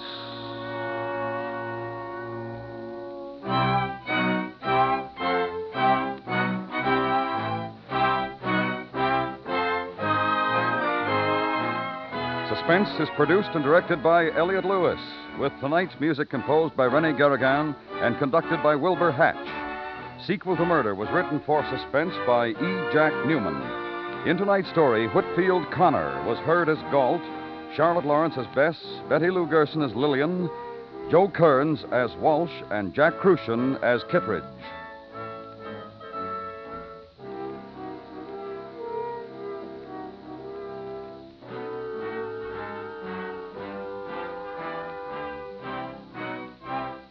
This is the network, and tomorrow's the night when CBS Radio's crime photographer takes on his latest murder case. Yes, it's Casey on the case, and things usually click from start to finish when crime photographer's in action on most of these stations every Wednesday night. Be sure you're in your favorite radio side seat tomorrow night when Casey, crime photographer, cuts loose with his camera, his brains, and his instinct for adding up clues to a killing. Daytime is a gay time with Arthur Godfrey time on the CBS Radio Network.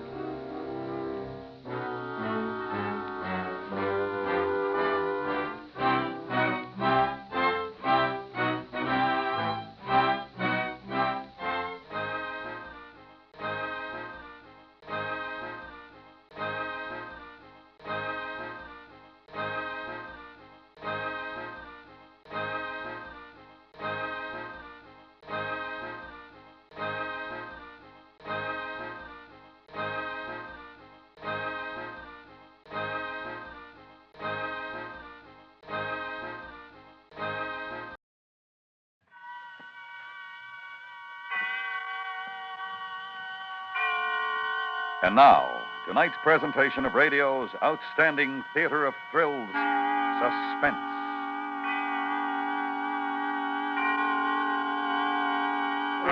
Tonight, the story of a man who felt that he had to prove himself, had to go to any lengths to make people believe him. Anthony Ellis stars in his own adaptation of Elizabeth Bowen's Telling.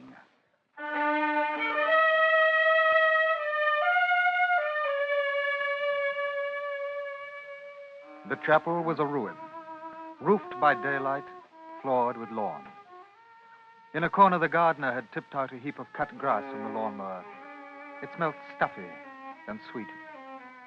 Outside, beyond the ragged arch of the chapel, there was sunshine. But not here. Terry looked up, feeling shy, noticing suddenly, surprised, the blood on his hands. Embarrassed all at once at the idea of anyone coming. His brain was ticking like a watch, remembering Josephine. Homecoming from Ceylon a month ago. That first interview with his father in the study, so heavy with solemnity. Sit down, Terry. Thank you, Father. Well, so you're back with us. That penny? Well, I suppose you rather expected it. No. As a matter of fact, this time I didn't. I hoped you'd make a go of it. Sorry. Yeah. You mind telling me what happened? No, I shouldn't mind at all if I knew.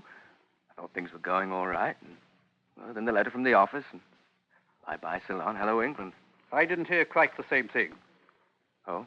Mockridge phoned from London, told me that you'd been shirking on the job, insolent to the plantation manager, and that they simply had no choice but to give you the sack. Well, it wasn't as bad as that after all. Look here, Terry.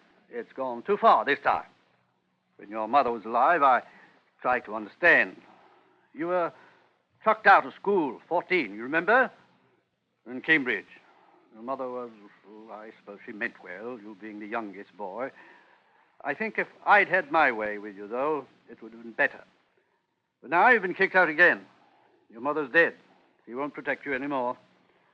You're going to have to grow up now. Do you understand? Yes. Have you any plans? I don't know. Oh, Father, if I could think things out, I know I could do something. You've said that before. But I could. Or perhaps art.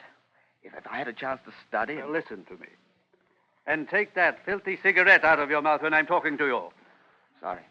I'm fed up with you, Terry. Your brothers and sisters are ashamed. We all are. Why the devil can't you be a man? School's finished. You're 24. I will not tolerate a slacker in my house. I warn you. This is your last chance. You can have a couple of weeks to get settled, and I'll try to find you something in the city. Father, that's awfully decent of you. I'm not doing this for you. I'm doing it for my own self-respect and the memory of your mother. Yes, Father. We shan't mention the Ceylon incident again. I think you'd better go upstairs now and get dressed for dinner. And remembering in the now high, cold walls of the chapel, Josephine. The first meeting after he'd been home for only 4 days. Josephine, with her chestnut hair gently framing that face that he had loved, yet been unable to visualize during those 8 months away from her. And the warm, lazy afternoon, the sound of tennis drifting across the lawn. Josephine. Charles has a marvelous serve, don't you think? Yes. He's good. I'm afraid I've never been able to stand up to him. Or John, for that matter. Oh, you don't practice. Oh, is that it? I thought perhaps it was just that I'm not much good at it. Oh, rot. Josephine, you know, it's the funniest thing. All the time I was in Ceylon, even when I wrote to you, I simply couldn't remember what you looked like. It's odd, isn't it? I'm sorry I didn't write to you. I've been terribly busy. No, it doesn't matter. I can see you now. Shall we go down to the court? I'd love a game when they finish. Josephine, Yes? do you believe in me? What a strange question. No, it isn't. It's important. Do you? I think you're a very nice young man. Don't say it that way. How would you like me to say it? I don't know. But not like that. Not as though you were talking to the gardener's son. Oh, don't be silly, Terry. It's not silly. I know I'm not much good. Clumsy. Sometimes I thought it was my eyes. You know, I used to drink whiskey to help. Really, I did. For a little while, it did help.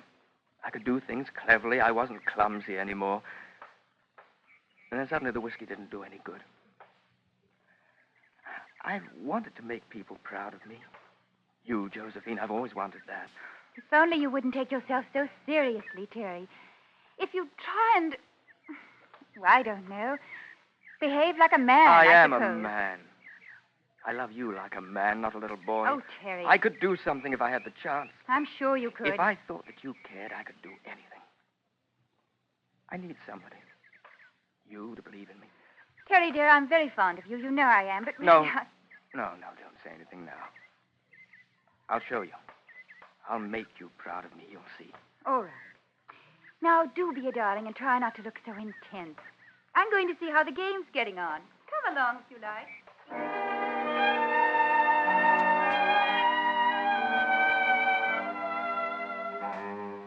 Remembering, with the sharp, quick call of a bird, John, 9 years older, a barrister, promising young barrister.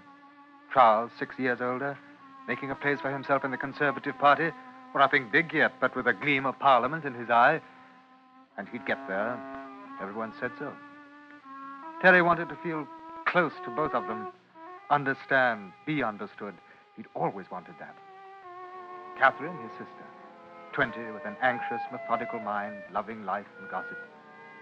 They were together one evening a few days later discussing plans for the party. Oh, I think he's a perfect idiot. Besides, he's always asking me to marry him. Right. Strike out Percy Breck. Who else? But Josephine's coming, isn't she? Yes, Terry, Josephine's coming. You know, I think our little Terry has a crush on Josephine. Oh, don't be vulgar, Charles. Haven't you, laddie?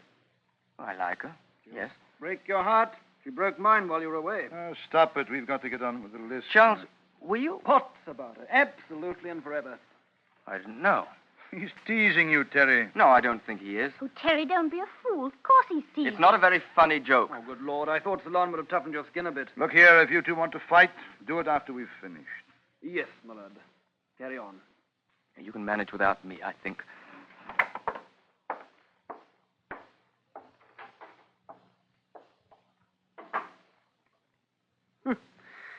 He's a sensitive soul. What on earth's the matter with him? Oh, you know he is like that. Why do you always beg for trouble? I'm sorry. I thought perhaps he'd changed a bit.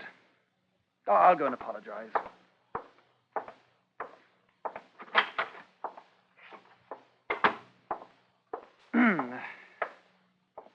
Mind if I... Yes. No, come on in. Come in. You sit on the bed if you like. Oh, right. I found a Gurkha regiment in the village today. Quite nice, don't you think? Oh, my hat, Terry, you're not still playing with lead soldiers. Well, why the devil not? It's my hobby. What's yours? I'm sorry. I came to apologize for what I said before. You don't have to. I understand. Well, it's not true, you know. I was teasing about Josephine. No, it doesn't matter. Terry, you are keen on her, aren't you? She's a decent sort. I know, but... Well, you're not too serious, are you? I mean, you're not in love with or anything like that. Whatever gave you that idea? I wasn't sure. She's a decent sort, but not for you. Oh? Why do you say that? Josephine likes to have fun. I don't think she's ready to settle down. What does that mean? What I said, that's all. You're saying she runs about? No. Just, if you are in love with her, I wouldn't want to see you hurt. Well, thanks very much, but don't worry. I can manage. Righto. Only being brotherly. All serene? Of course. Good. Want to come down for a nightcap before you turn in? No, thanks. I'm rather tired. Good night, then. See you in the morning.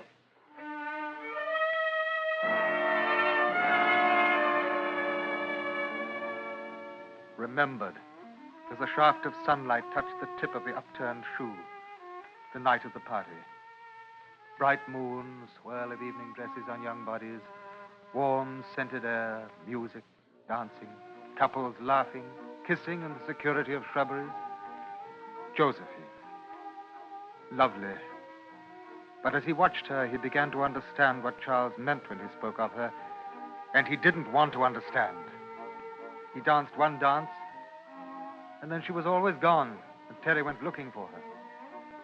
He found her in the old chapel. And with her was an indistinct figure, a man vaguely known, somebody's friend. Yes. No. No.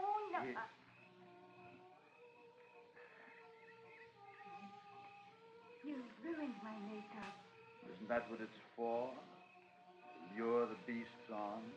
Unless you behave, I'm going back inside. I didn't think we came out here to behave. Besides, if you do go back, poor little Terry will be pawing you. Oh, no. Take your choice. I haven't got one, I'm afraid. And then here.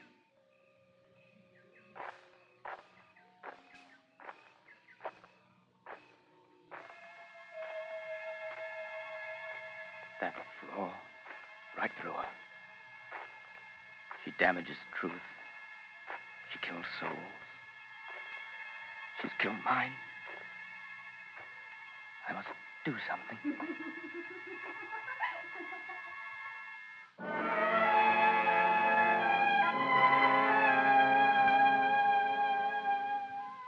And remembering last night. All night thinking it out. Sometimes taking a drink, but mostly walking alone in the shrubberies, avoiding the others. He was not angry. He kept saying, I must not be angry. I must be just. I must not be angry. I must be just. All night, then, he walked alone in the garden. And as the light began to grow in the sky, he stepped through the French windows and took down the African knife from the dining room wall. He'd always wanted that African knife. And then he'd gone upstairs, shaved, changed into channels, put the knife into his blazer pocket, and sat on the windowsill in his room waiting for the sun to come up. Waiting and thinking. No one but I can do it. She ought not to live with this flaw in her. She really mustn't. I must see that she doesn't.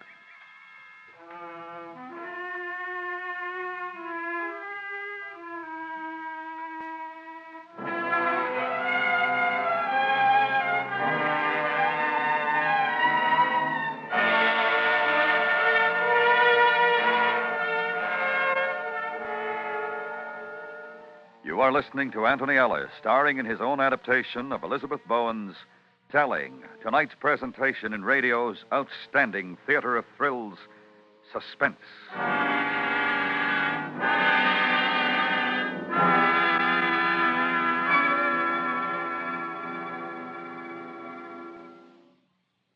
Tomorrow night, the FBI in Peace and War looks into the strange case of the go-getter on CBS Radio. It's a thrilling G manhunt involving the machinations of a used car dealer who has his own methods for undercutting competition. Don't miss the details over most of these same stations tomorrow night when the Stars Address presents the FBI in Peace and War.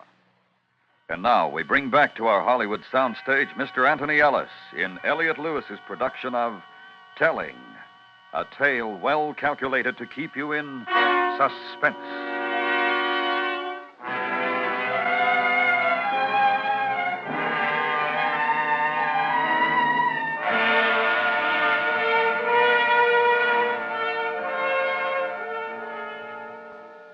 A breeze stirred the collar of her dress, Terry remembered, sitting on the windowsill, watching sunlight brighten and broaden from a yellow agitation behind the trees into swathes of color across the lawn. And later it had all been arranged for them. He had his part in some kind of design. He went downstairs to the dining room where the family was gathered for a late breakfast. Morning, old boy. Scrambled eggs? Oh, no, thanks. Do you good. Didn't see much of you last night. Have a good time? Yes. Oh, wasn't it a lovely party? Sit down, Terry. Catherine, give him a cup of coffee. Where's Josephine? Oh, she's already had her breakfast. Oh, what a girl. I don't know how she does it. I've got a head like a melon. Where is she? Here's your coffee. You look done in, Terry. Feel all right? Yes. Morning, you lazy people. Morning, morning. Who wants to play a game of tennis? Oh, my. Oh. Would you like to go for a walk, Josephine? Well, I'd rather... all right. You have some breakfast before you go out. No, thanks. Hey, why the devil do you stuff your pockets so full, Terry? That jacket isn't going to be worth a brass farthing. You'll have to get it pressed. Oh, Oh, come on, Terry. Don't listen to him. He's jealous because he hasn't got that casual look.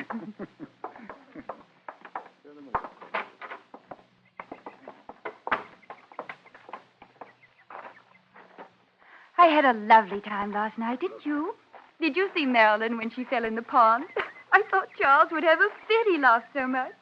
I didn't see that. Oh, he must have kept your father up half the night. I hope he didn't mind. Oh, what a heavenly morning. It is, isn't it? I saw it begin. How on earth could you get up so early? It must have been 5. I didn't go to bed. Oh.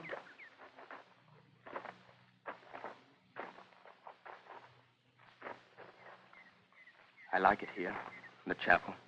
Don't you? Yes. Quiet. Gives one a chance to think, even to make things right. You know what I mean? Let's go on. No. Not for a minute. Josephine? I saw you here last night. Did you? With that man. I suppose you enjoyed yourself. Why did you let him kiss you? Oh, poor little Terry. Don't be tiresome, darling. Do you believe in me? Oh, yes, I believe, Terry. I understand. Now, be a good boy. Will you kiss me?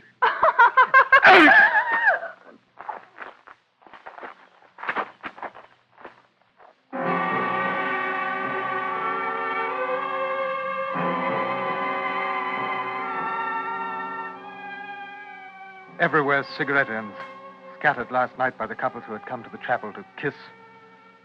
Terry noticed a charred cigarette stump in Josephine's hair. By her left ear, it showed through. He thought... She'd never forgive me for that. So fastidious. She mentioned my dirty nails once. They were dirty. No, she'd never forgive me for this. He picked the cigarette out of her hair and threw it away. She lay now with her feet and lower body in the sunshine. The sun was just high enough. Her arms flung out wide at him, desperately, generously. On her face was a dazzled look. Her blood quietly soaked through the grass, sinking through to the roots of it.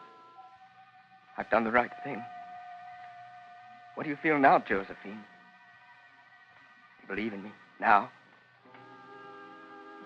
On his way to the house, he stooped down and dipped his hands in the garden tank. Someone might scream. He felt embarrassed at the thought of somebody screaming. The red curled away through the water and melted.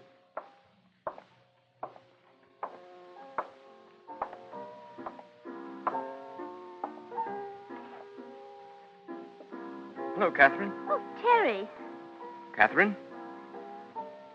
I've done something. Oh, they're putting the furniture back in the drawing room. I wish you'd go and help. It's getting those big sofas through the door and the cabinets. Well, I'm putting the music away. I don't suppose she'll be able to marry now. Nobody will marry her. Oh, don't mumble, Terry. What? Do you know where Josephine is? No, I haven't the slightest idea. Now, go on, Terry. Please help. Catherine?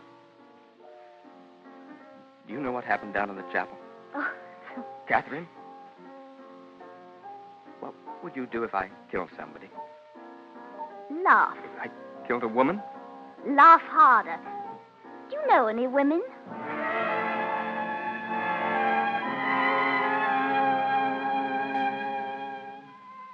She had not wanted to be cruel, but he'd spoiled something for her. Last night, she had gone to the chapel. She had been kissed.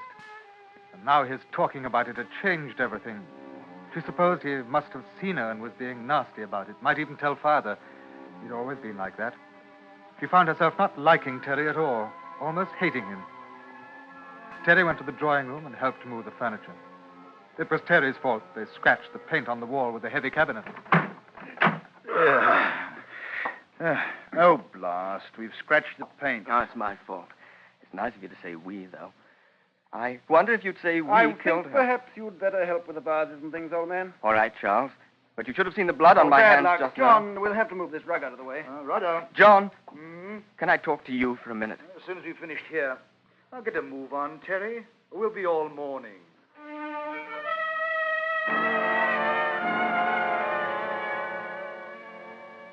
He helped until he broke a piece of delicate meissen. Then they sent him out. The servants who were helping as well smiled tolerantly.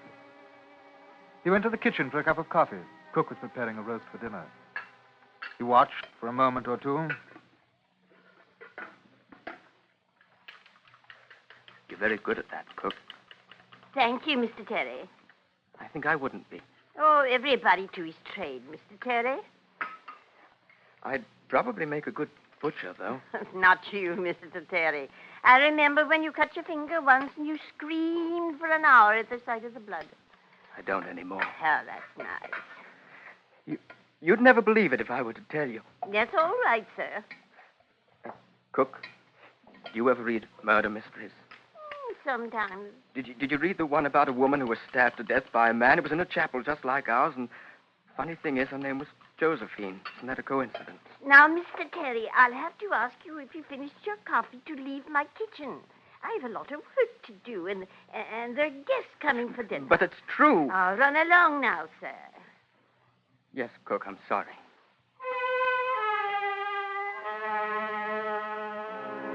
He wandered out and into the hall. On the table were 2 letters come by the second post, waiting for Josephine. No one, he thought, ought to read them. He must protect Josephine. He picked them up and slipped them into his pocket. I say, what are you doing with those letters? Nothing. Oh, well, they're Josephine's. I saw them before. I know. I'm taking them to her. Oh, you know where she is? She's in the chapel. Right. John, I want to tell you something. Later. I've got to go into the village for some things. John, she's in the chapel. Good. You take them to her. John, I've killed Josephine in the chapel. Right, John. you are. Take them along to her. John hurried ahead, not listening, not turning round, only hearing Josephine's name. He went into the smoking room and banged the door behind him. Terry thought, Oh, yes. You're a fine man, my brother. Fine man with a muscular back. But you couldn't have done what I've done. You've never kissed Josephine. He sat on the second step of the staircase, sat there gripping a baluster, shaking with exultation. Josephine. Josephine. Josephine.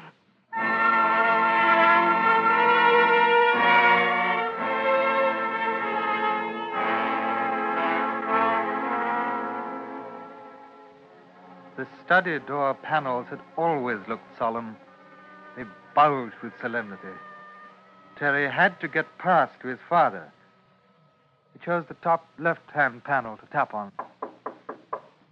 Come in.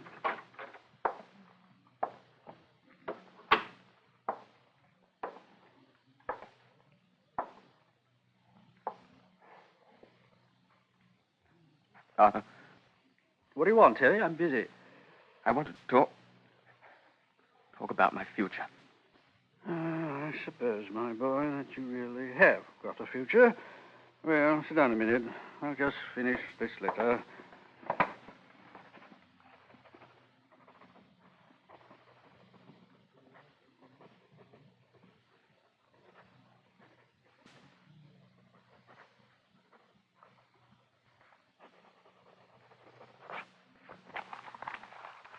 There we are.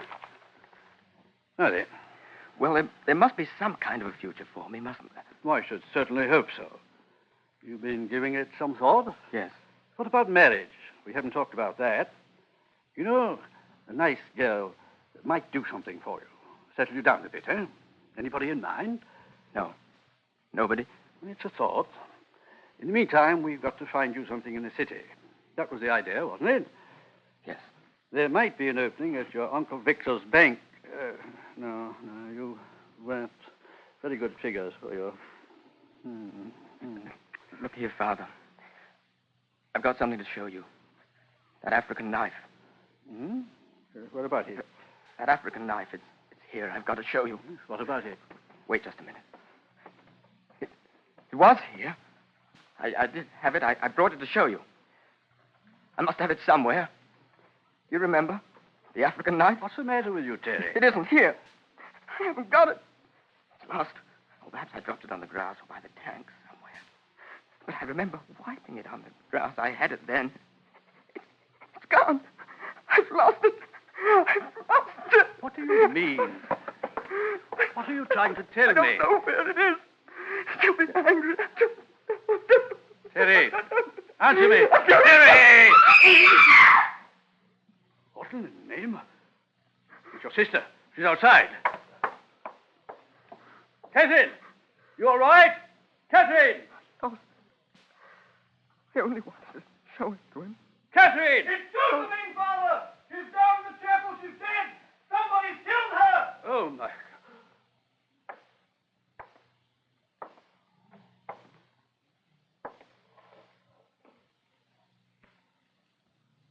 Terry, what are you trying to tell me? Nothing. Nothing. Nothing.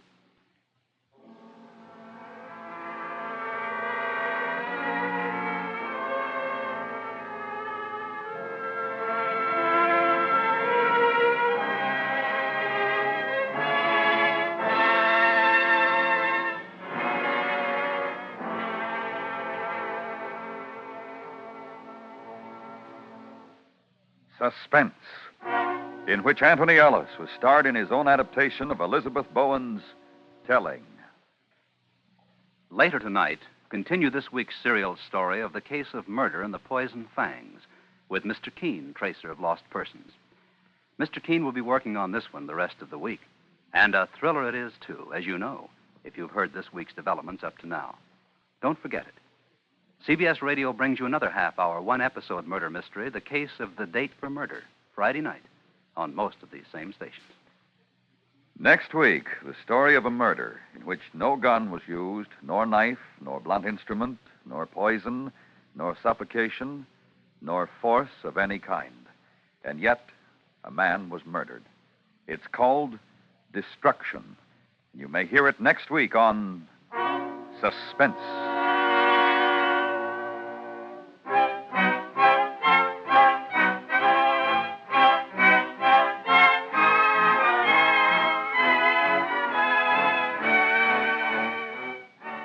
Suspense is produced and directed by Elliott Lewis, with music composed by Lucien Morawick and conducted by Lud Gluskin.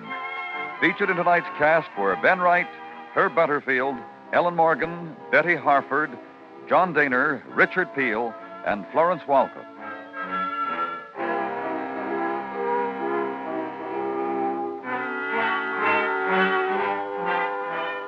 And remember, next week, Morton Fine and David Friedkin's new suspense play, Destruction.